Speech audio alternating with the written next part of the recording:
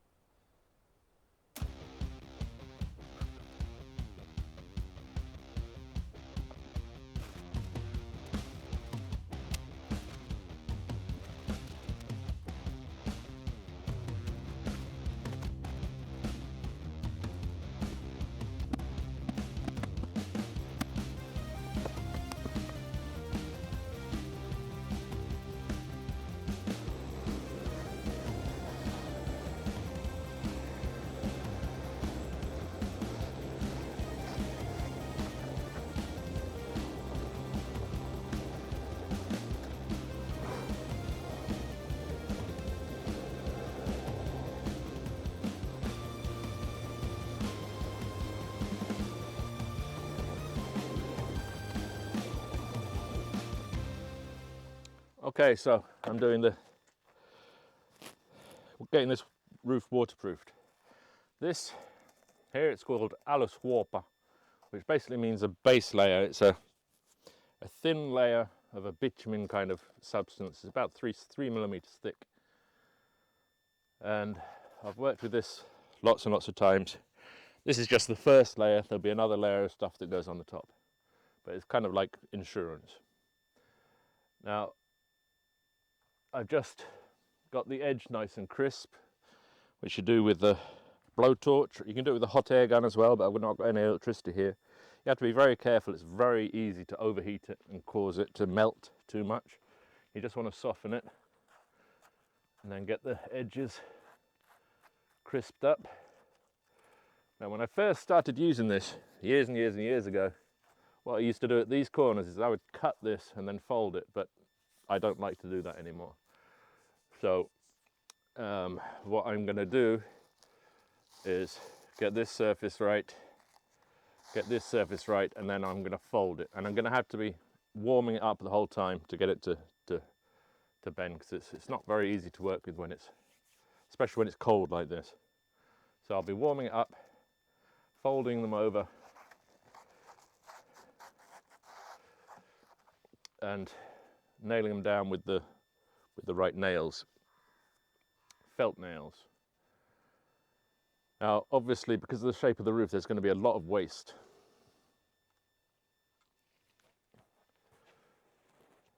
So, because I'm going to have to cut this off along the roof line. Now, what I'm actually doing is I'm bringing this down 2 centimeters below this.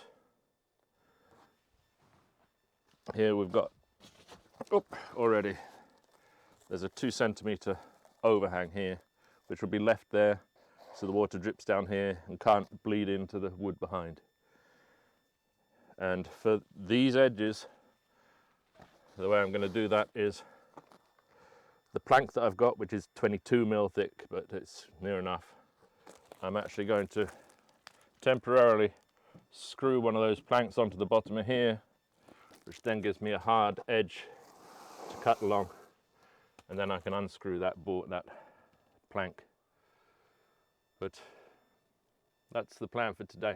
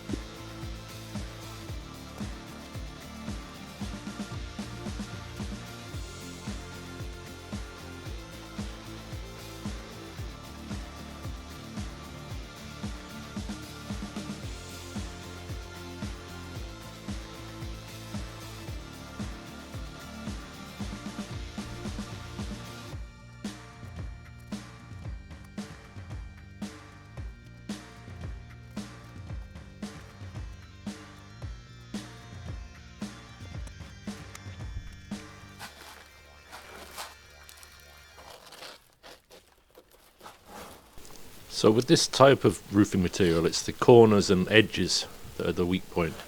So I'm going to reinforce all of the edges all the way around the roof. But on the bottom 3 sides, I'm going to put this edging piece in before I put the top layer.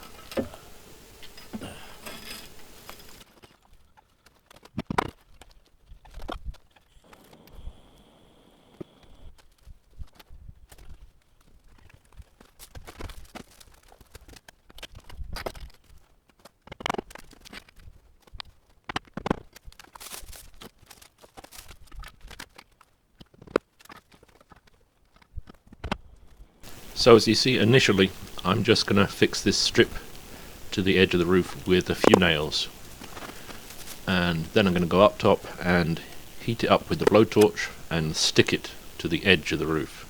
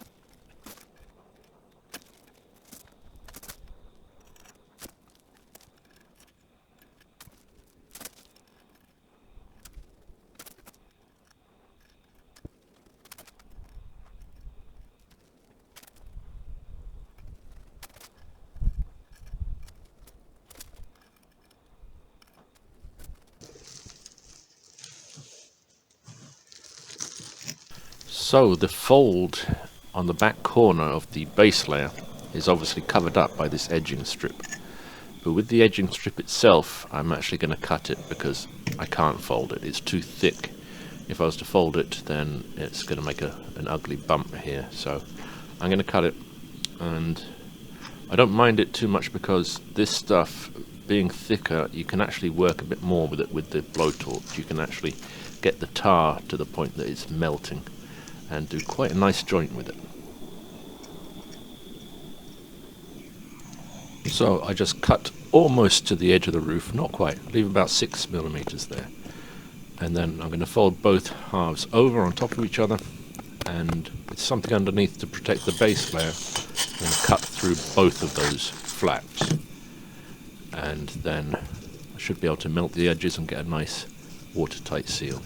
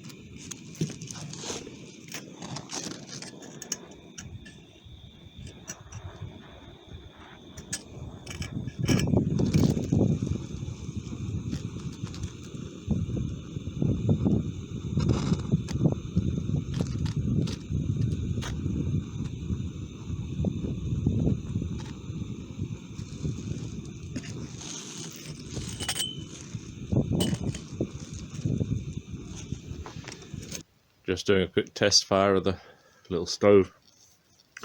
Okay, so I lost some stuff with the computer crash, so I'll just quickly go over everything that got deleted. I continued putting the boards on, and with the ends of these supports I had options. I could have gone up on a ladder and cut them from underneath, but that was kind of awkward, so what I elected to do was, as I went along, as the boards came up to just before here, I then cut that one from above, and then I carried on, cut that one from above, etc., etc. That meant that I couldn't put this piece on until basically the whole roof was planked. Oh, come on. So, and also once I got to about that level, I was able to fix that one support which I had missed. I put only one in where there should have been two, so I was able to do that from above, standing on the roof. It was nice and easy. Same thing when I got to just before the post.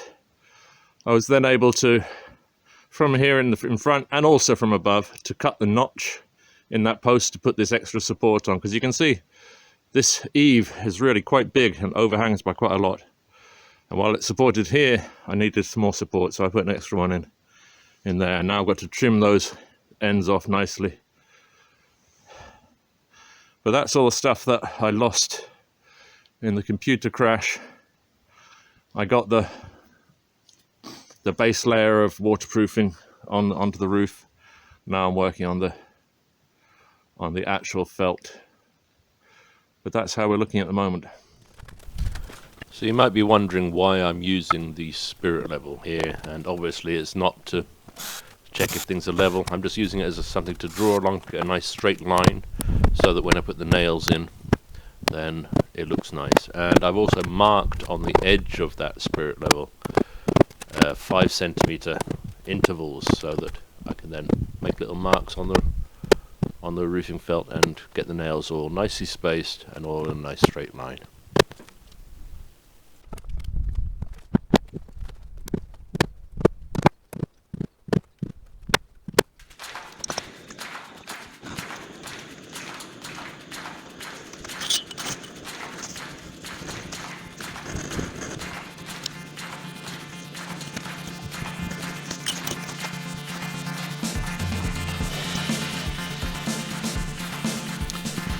Now here's a tip that I don't think even most professional roofers bother doing, but I like to get it done. It's a technique I've developed myself. You can heat the edge of this stuff, and then with a piece of wood push it down and then drag out and get a really, really nice seal.